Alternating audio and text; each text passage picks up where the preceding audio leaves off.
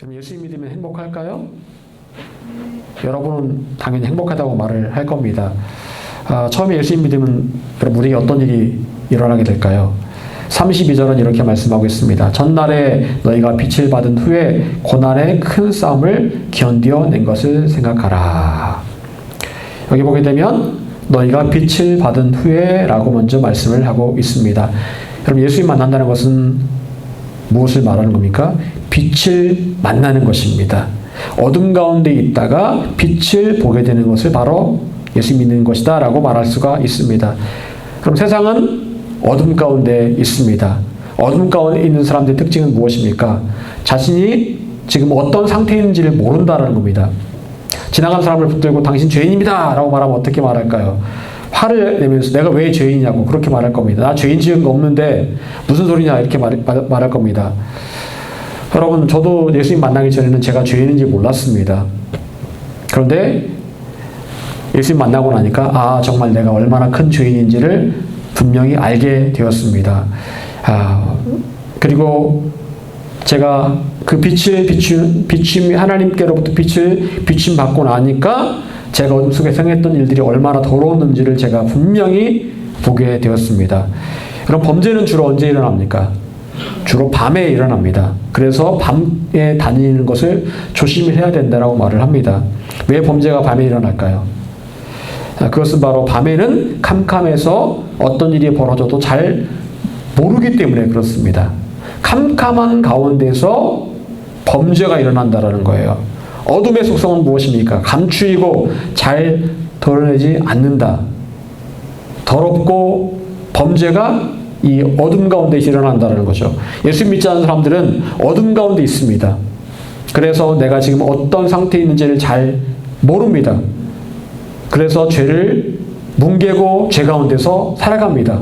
마치 어린아이가 똥을 쌌는데 갈아주지 않으면 그 기저귀를 뭉개는 것처럼 그렇게 살아간다는 겁니다. 죄를 뭉개며 살아간다는 거예요. 그러다가 빛이 비치면 내가 어떤 사람인지가 훤히 드러나게 됩니다. 우리 예수님 만난다는 것은 바로 우리에게 빛이 비춰지는 겁니다. 그럼 우리에게 이 성령께서 조명하신 이 빛의 조명을 받게 되면 우리가 회개를 하게 됩니다. 회개를 하게 되는데 눈물, 콧물 그냥 다 흘리게 되는데 그때 이 빛이 내 안에 있는 죄를 비추기 때문에 얼마나 내가 더러운지를 알게 되거든요. 그러면서 회개가 일어나게 되고 그러면서 내 삶의 변화가 일어나게 된다는 거죠. 여러분, 제가 예전에 청소년부를 지도할 때 한 아이가 있었습니다. 그 아이는 중3이었는데 그 아이를 처음 보았는데 인상은 얼굴에 불만이 가득한 얼굴이었습니다. 웃지를 않았어요, 애가. 그런데 그 아이가 수련회에 가서 예수님을 만나게 되었습니다. 그러자 그 아이는 그날 이후로 완전히 변하게 되었습니다. 그 아이의 삶의 중심이 예수님이 되었고 그래서 그 아이는 이제 학교에서 운동장을 돌면서 예배하고 기도하는 아이가 되었습니다. 그리고 대학에 들어가서 신실한 예수님의 제자로 살고 있습니다. 그리고 지금은 박사과정을 밟고 있습니다. 하나님의 빛이 비추니까 그 삶이 완전히 변하게 되었다는 거예요. 여러분, 그런데 예수님 만나서 이렇게 빛이 비추임과 동시에 일어나는 일들이 있습니다. 그것은 바로 고난과의 큰 싸움이 찾아오게 된다는 겁니다. 예수 믿으면 마냥 행복할 것 같죠. 그런데 오늘 말씀을 보게 되면 예수 믿게 되면 고난이 찾아온다라고 말씀을 하고 있습니다. 여러분, 저희 어머니는 저희 가정에서 처음으로 예수님을 영접을 하게 되었습니다. 제사를 밥 먹듯이 내는 전통적인 유교 집안, 그런 집안에 만며느리로 시집을 오셔가지고 온갖 고생을 하시면서 예수님을 만나게 되었습니다. 하지만 예수님을 만난 기쁨도 잠시 곧 찾아온 것은 고난이었습니다. 할아버지는 어머니가 교회 다닌 것을 극구 반대를 하셨고 아버지도 마찬가지였습니다. 그래서 어머니가 교회 다닌다는 이유로 엄청나게 핍박하셨습니다. 술만 드시면 어머니를 뭐라 하시고 그러셨습니다. 아버지는 술만 드시면 또 어머니 굉장히 심한 말을 하셨습니다. 어머니는 죽기를 각오하고 버티셨습니다. 결국 할아버지와 아버지가 포기하셨습니다. 하지만 거기에서 끝나는 것이 아니라 할아버지와 아버지는 수시로 술만 드시면 저 며느리 때문에 우리 집 망했다고 이렇게 늘 말씀을 하셨습니다. 그리고 하다못해 시동생도, 그러니까 저희 작은아버지죠. 작은아버지도 어머니를 무시하고 핍박할 정도였습니다. 하지만 그래도 어머니는 그런 고난을 다 참아내셨습니다. 결국 어머니가 포기하지 않으셔서 저희 자녀들 모두가 예수님을 믿게 되었고, 할머니도 예수님을 영접하였고, 아버지께서도 이제 제가 목회하겠다고 했을 때 반대하지 않으실 정도가 되었습니다. 여러분, 예수님을 제대로 믿는 사람에게 반드시 따라오는 것은 무엇입니까? 바로 고난입니다. 고난이 찾아와요. 예수 믿는다고 하면서 고난이 없는 사람이 있습니까? 그거는 예수님을 제대로 믿는 게 아닙니다. 지금 유럽의 많은 교회들이 문을 닫고 있습니다. 오래된 교회 건물들이 술집으로 팔려가고 클럽으로 변화되고 있습니다. 젊은이 가운데, 유럽의 젊은이 가운데 믿음 생활을 하는 젊은이가 거의 없습니다. 우리나라는 어떻습니까? 우리나라 역시 교회마다 젊은이가 사라지고 있습니다. 교회는 활력을 잃어가고 있습니다. 점점점 노후화되고 있습니다. 노쇠화되고 있습니다. 큰 건물을 유지하지 못해서 교회가 경매로 넘어가고 있습니다. 얼마 전까지 교회로 있던 우리 동네에 있던 교회도 교회가 다른 교회에 합병이 되면서 그 교회 건물이 뭐가 된 줄 아십니까?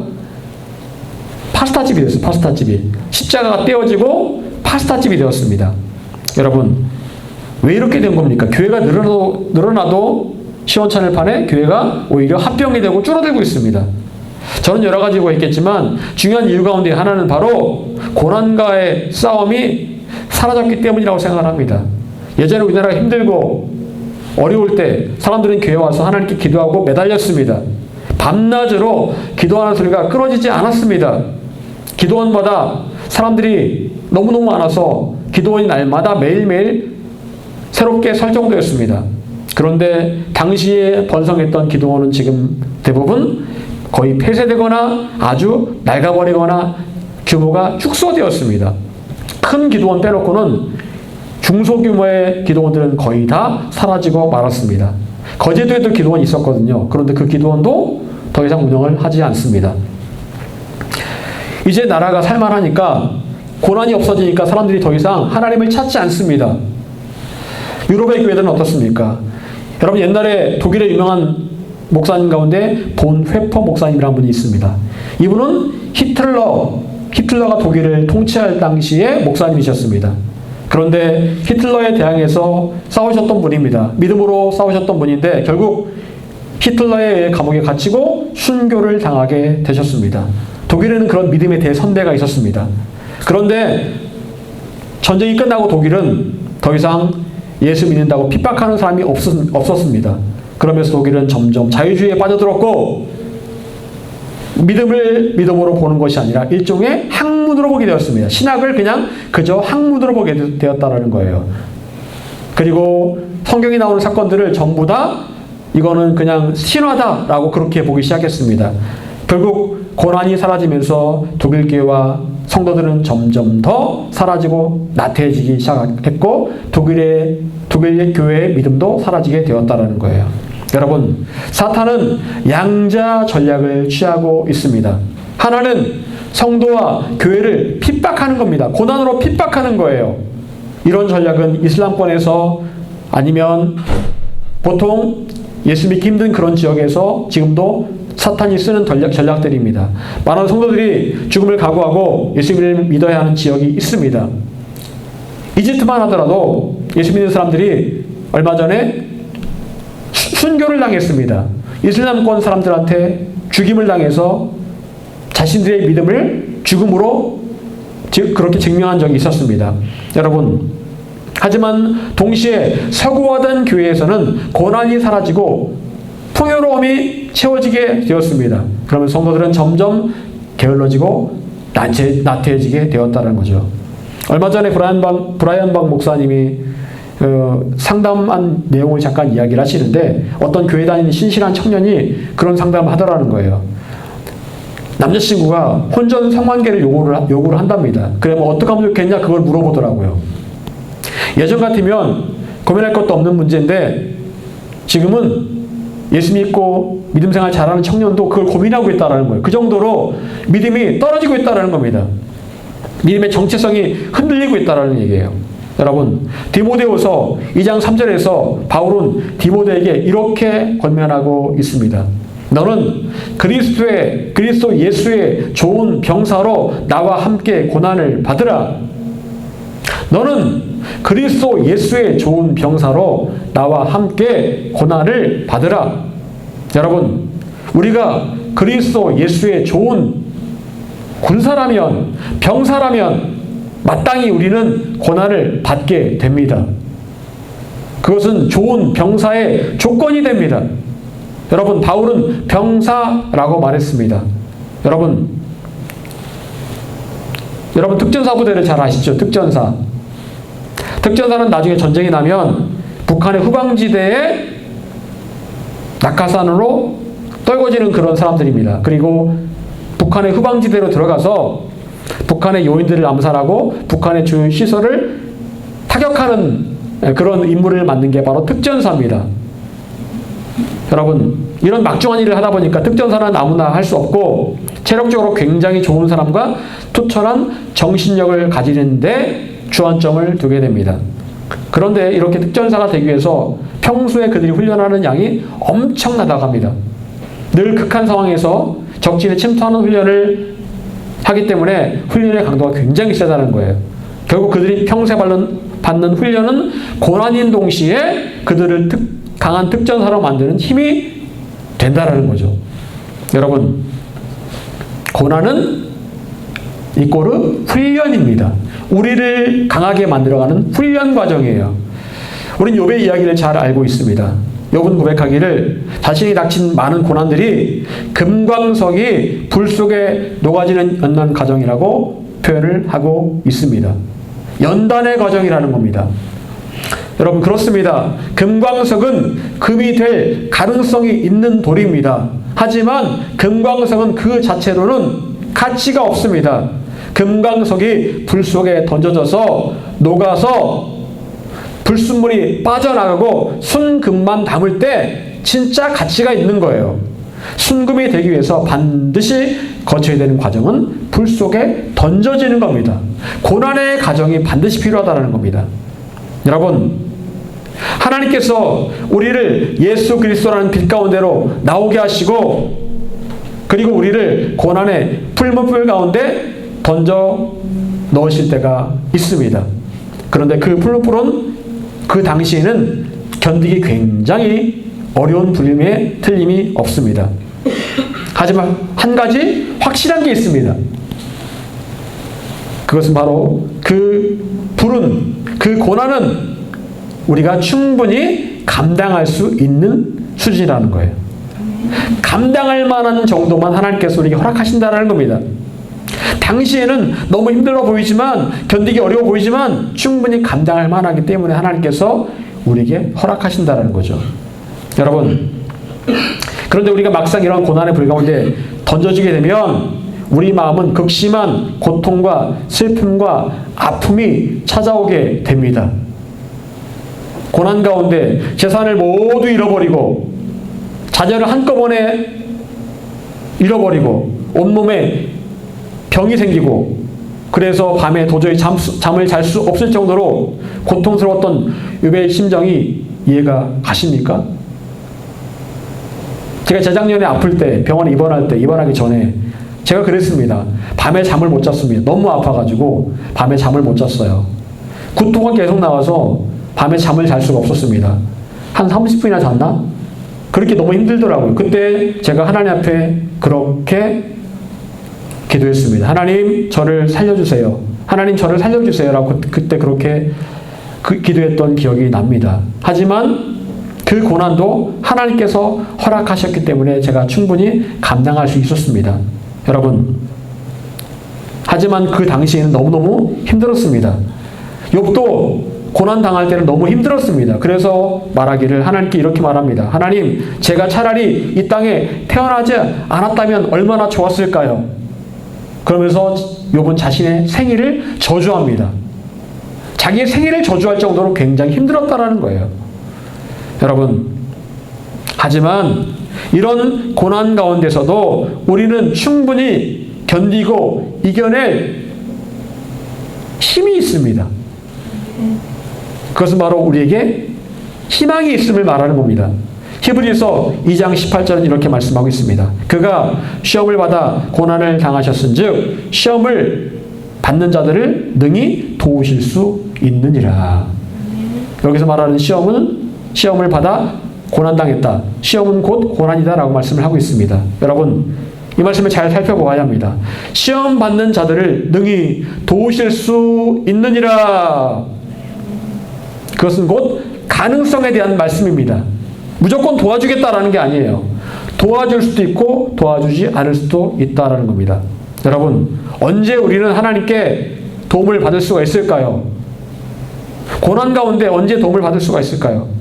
그때는 바로 하나님께 요청할 때입니다. 하나님께 요청할 때 하나님께서 우리를 도와주실 수 있다라는 겁니다. 나에게 요청해라. 그럼 내가 너를 도와줄게. 여러분, 결국 고난 가운데 우리가 할 수 있는 일은 무엇입니까? 바로 기도입니다. 기도는 우리가 하나님께 도움을 요청하는 거예요. 하나님께서 마땅히 도와주기 원하시지만 우리가 하나님께 요청할 때 도와주기를 기뻐하시는 하나님이십니다. 하나님 도와주세요. 하나님 도와주세요. 여러분, 이것이 바로 우리가 매일매일 기도해야 되는 이유입니다.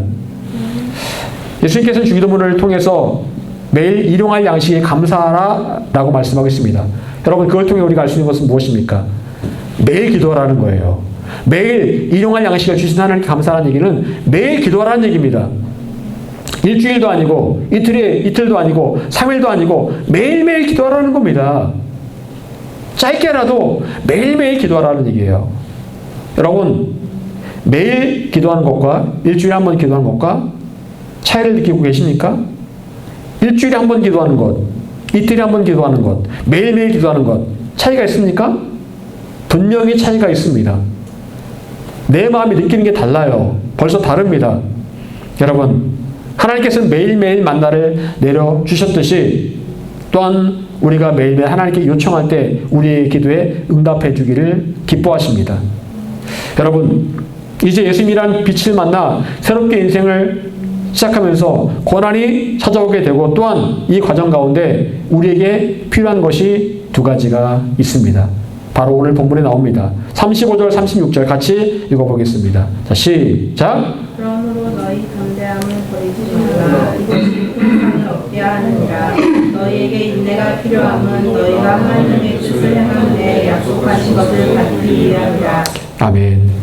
너희가 하나님의 뜻을 행한 후에 약속하신 것을 받기 위함이라. 그 앞에 보니까 이것이 큰 상을 얻게 하느니라. 여러분, 하나님 어떤 하나님이십니까? 상 주신 하나님이세요. 약속하신 것을 반드시 주시는 하나님이십니다. 여러분, 늘 말씀드리죠. 하나님께는 공짜가 있습니까? 없습니까? 없습니다. 하나님께는 공짜가 없습니다.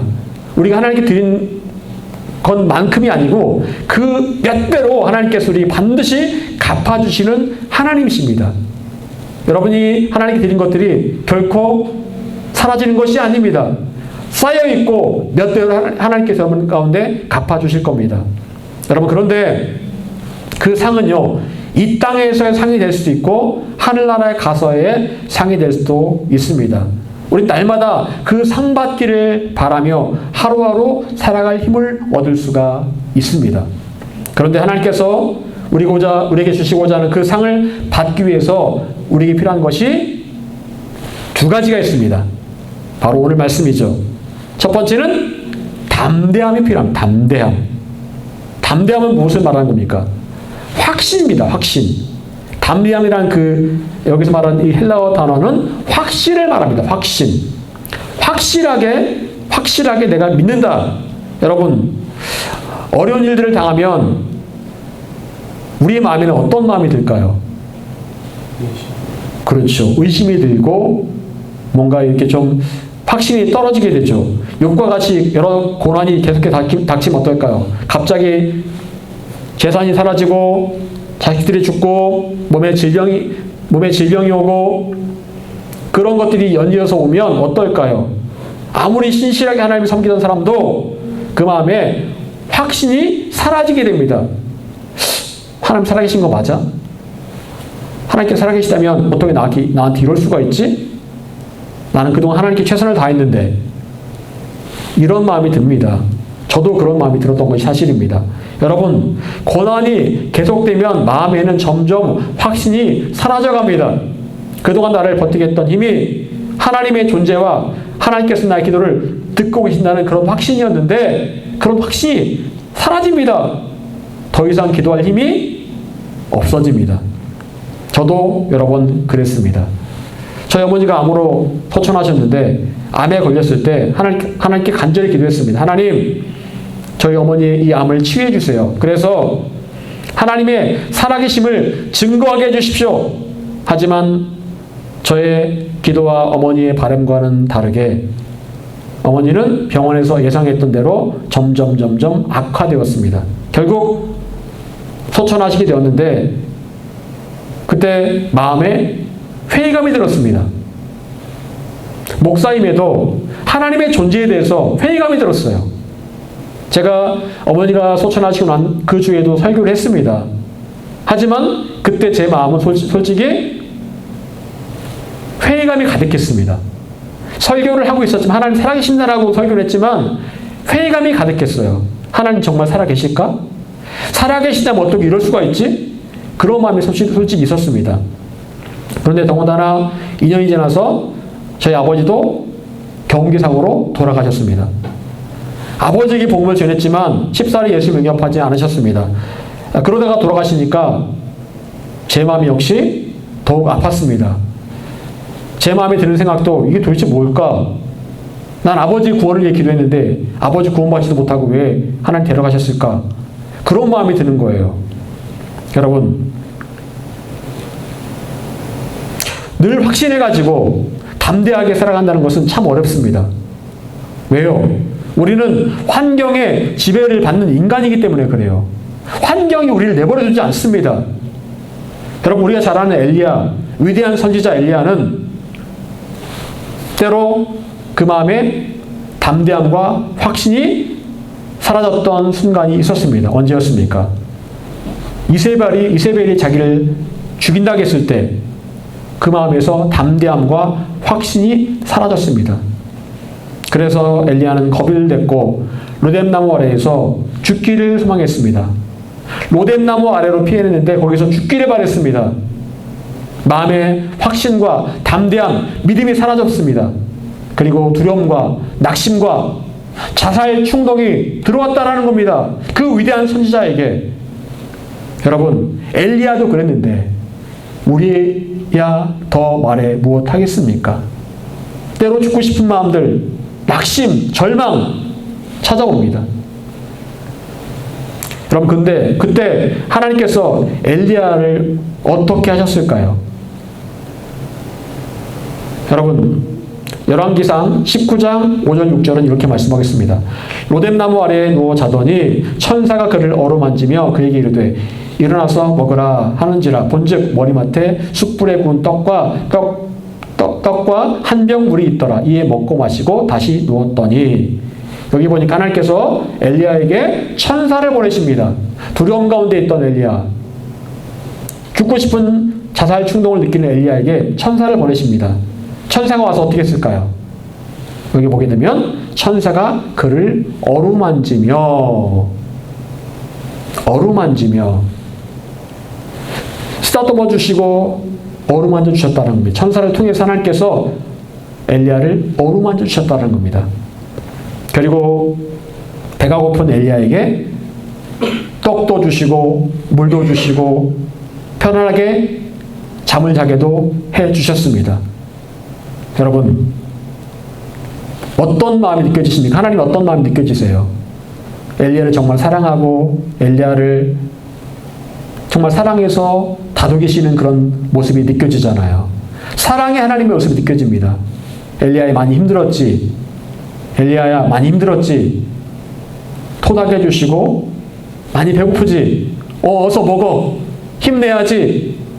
그동안 너무 피곤했지. 좀 자. 내가 너를 정말 사랑한다. 너무 고생 많았다, 엘리야야.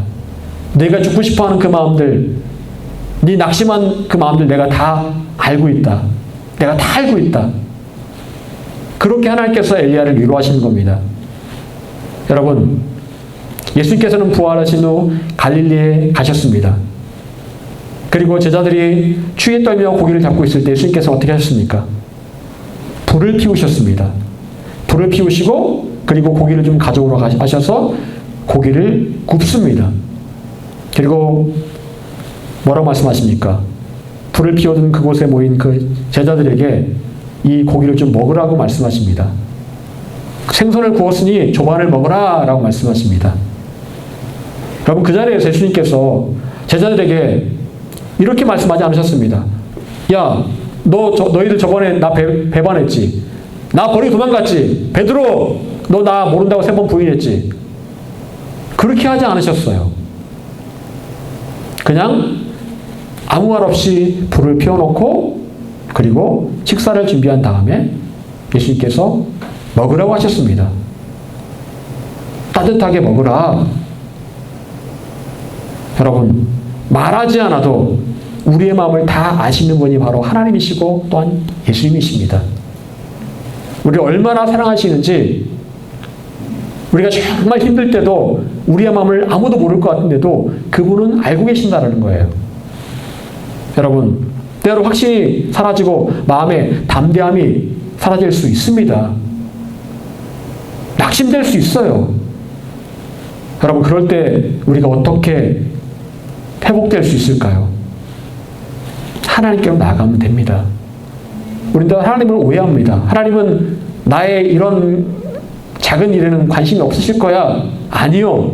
관심 많으십니다. 관심 굉장히 많으세요. 그리고 우리를 늘 어루만져 주시고 위로해 주시고 따뜻하게 말씀해 주기 원하십니다. 예전에 학교에 다닐 때 저는 꼭 밤에 교회를 갔습니다. 새벽 1시에 교회를 갔습니다. 공부하다가 집에 가기 전에 교회를 들려서 꼭 하나님 저 왔습니다. 30분간 기도하다가 갔는데 너무너무 그게 큰 힘이 되었어요. 그래서 제가 이 고3 수험 생활을 하는데 진짜 큰 힘이 되었습니다. 대학교에 들어가서도 학교에서 올 때마다 꼭 교회 들려서 기도하고 갔습니다. 하나님 저 왔습니다. 하나님의 그 따뜻함이 느껴지는 거예요. 여러분, 담대함과 확신을 하나님께 나아가면 하나님께서 채워주십니다. 다시 엘리야를 하나님께서 그렇게 먹이시고 또 재워주시고 또 나중에 동물 가운데서 하나님 음성을 들려주심으로 다시 엘리야를 힘을 주시고 이렇게 세워주셨습니다. 여러분, 하나님께 나아가십시오. 하나님께 여러분이 왔다라고 하나님의 이름을 부르며 나아가십시오. 담대함과 확신이 다시 한번 세워지게 될 것입니다. 두 번째로 우리가 상받기 위해서 필요한 것은 무엇입니까? 바로 인내입니다. 인내가 필요합니다. 여러분, 많은 사람들이 하나님께서 주시고자 하는 것들을 받지 못합니다. 무엇입니까? 하나님께서 예비하셨지만 왜 받지 못할까요? 왜 그럴까요? 끝까지 기다리지 못하기 때문에 그런 거예요. 끝까지 기다리지 못하기 때문에 받지 못하는 거예요. 여러분, 인내가 얼마나 중요합니까? 여러분, 내가 원하는 걸 할 수만 있으면 얼마나 좋을까요? 그런데 때로 우리는 그럴 수 없습니다. 그래서 필요한 것이 바로 인내입니다. 좋아하는 일이 아니라 해야 될 일이 있습니다. 해야 될 일을 할 때는 우리에게는 무엇이 필요합니까? 인내가 필요해요. 좋아하는 일만 하면 인내가 필요 없죠. 좋아하는 일이니까요. 즐거우니까요. 하지만 해야 될 일을 할 때는 인내가 필요합니다. 누가복음 8장 15절. 좋은 땅에 있다는 것은 착하고 좋은 마음으로 말씀을 듣고 지키어 인내로 결실하는 자니라. 결실을 보기 위해서 반드시 필요한 것이 뭐라고요? 인내다라고 말씀하고 있어요. 인내다. 참고 기다리는 것이다. 참고 기다리는 것이다. 여러분, 말씀을 잘 듣고 지키고 인내해야 말씀의 결실을 보게 된다라고 말씀합니다. 인내는 다른 말로 견고히 서서 기다린다라는 겁니다. 견고히 서서 기다린다. 로마서 8장 25절. 만일 우리가 보지 못한 것을 바라면 참음으로 기다릴지니라. 보지 못하는 것을 바란다면 참음으로 기다릴지니라. 여러분, 견고하게 하나님께서 명하신 자리를 지키면서 참고 기다리면 반드시 그 열매를 거둘 때가 옵니다. 그런데 인내하며 기다리는 것은 정말 어렵습니다. 지루하고 또 인내하기 어려운 것은 이유가 뭡니까? 자꾸 남들과 비교를 하는 겁니다. 저 사람은 저렇게 앞서가는데 나는 뭐지? 쟤는 저렇게 가는데 나는 뭐지? 이렇게 될까? 이렇게 있어도 될까? 불안합니다. 비교하면. 여러분, 디모데후서 3장 14절에서 바울은 이렇게 말합니다. 그러나 너는 배우고 확신한 일에 거하라. 너는 내가 누구에게서 배운 것을 알며. 여러분, 말씀을 통해서 배우고 그렇게 될 것을 확신한다면 그 확신한 일에 어떻게 된다고요? 거해야 한다. 계속해서 그 자리를 지키면서 버티고 견뎌내라는 거예요. 확신하고 있다면 견뎌내라, 버텨라, 거해라. 하나님께서 여러분의 마음에 주신 확신과 믿음대로 여러분의 자리를 지키고 기대하면서 기다리며 버티시길 바랍니다.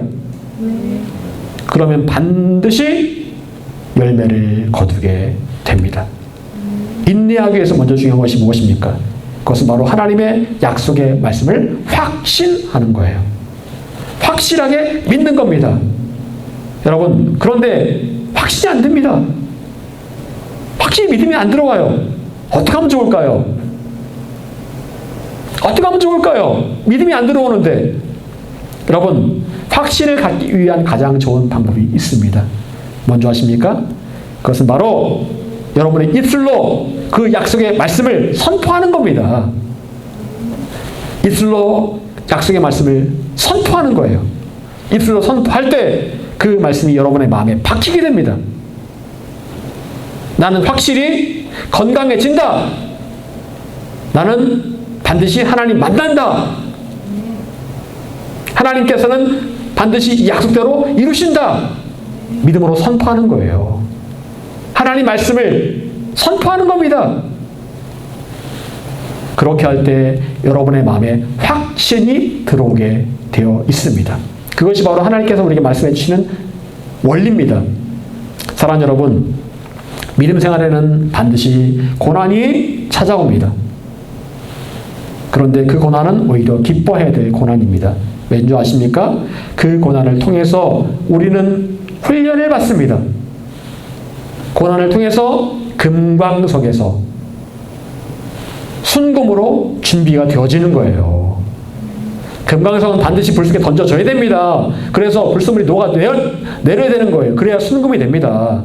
그게 바로 고난이에요. 따라서 우리는 고난 가운데 늘 확신과 담대함을 잃지 않아야 됩니다. 때로 확신과 담대함이 사라질 수 있습니다. 그때마다 하나님께로 나아간다면 하나님께서 다시 확신과 담대함을 채워주실 것입니다. 그리고 무엇보다 하나님께서 모든 것을 아름답게 하실 때가 분명히 온다는 것을 기억하면서 열매를 볼 때까지 우리는 인내해야 됩니다. 결국 버티고 인내하면 승전가를 부르게 될 날이 오게 될 것입니다. 사랑하는 여러분, 늘 담대함과 인내함으로 하나님께서 여러분에게 예비하신 그 상을 받게 되시기를 간절히 축원합니다.